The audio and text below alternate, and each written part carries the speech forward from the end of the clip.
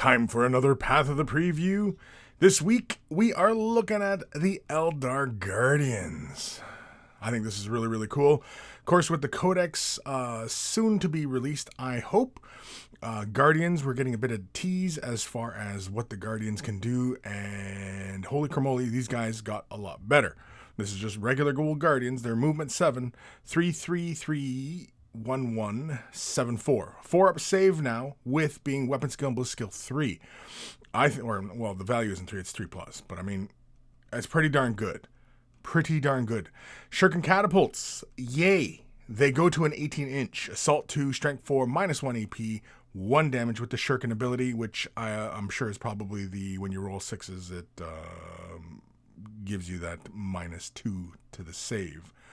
So effectively still keeping their 3-up save, just they're more reliably with a -1 overall, right? So I like the boost to range. I like that. I'm all in as far as that is concerned.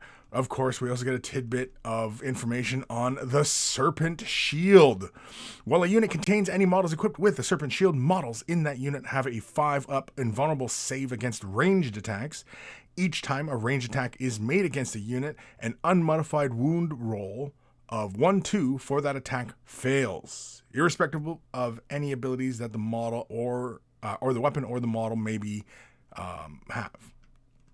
And then, of course, Defenders and Stormblades. While the unit is within range of an objective marker, each time the model in this unit makes a ranged attack with a Shurkin weapon, reroll hits of 1, which is pretty darn cool. Stormblades. Each time a model in this unit makes a melee attack against an enemy unit within range of any objective markers, reroll your hits of 1. I like that. And then, of course, we get a little teaser of the command points, the CPs, the stratagems. Use the stratagem in your shooting phase. This is just for Uthwi. Uthwi? Anyway.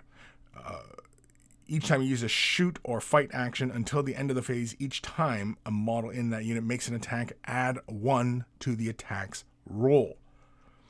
Holy. Guardians are getting a pretty darn big buff. So does this mean that they want to see more Guardians on the battlefield? Who can say? But I think this is a really fantastic update for these models in this unit in the game. Previously, they have not been this good. I cannot even think of a time when they're even close to being this effective. But here we are. So, Eldar Guardians, let me know what you think down below. Do you think this is a good enough boost? Do you think we're going to see more of these guys on the table? I hope so.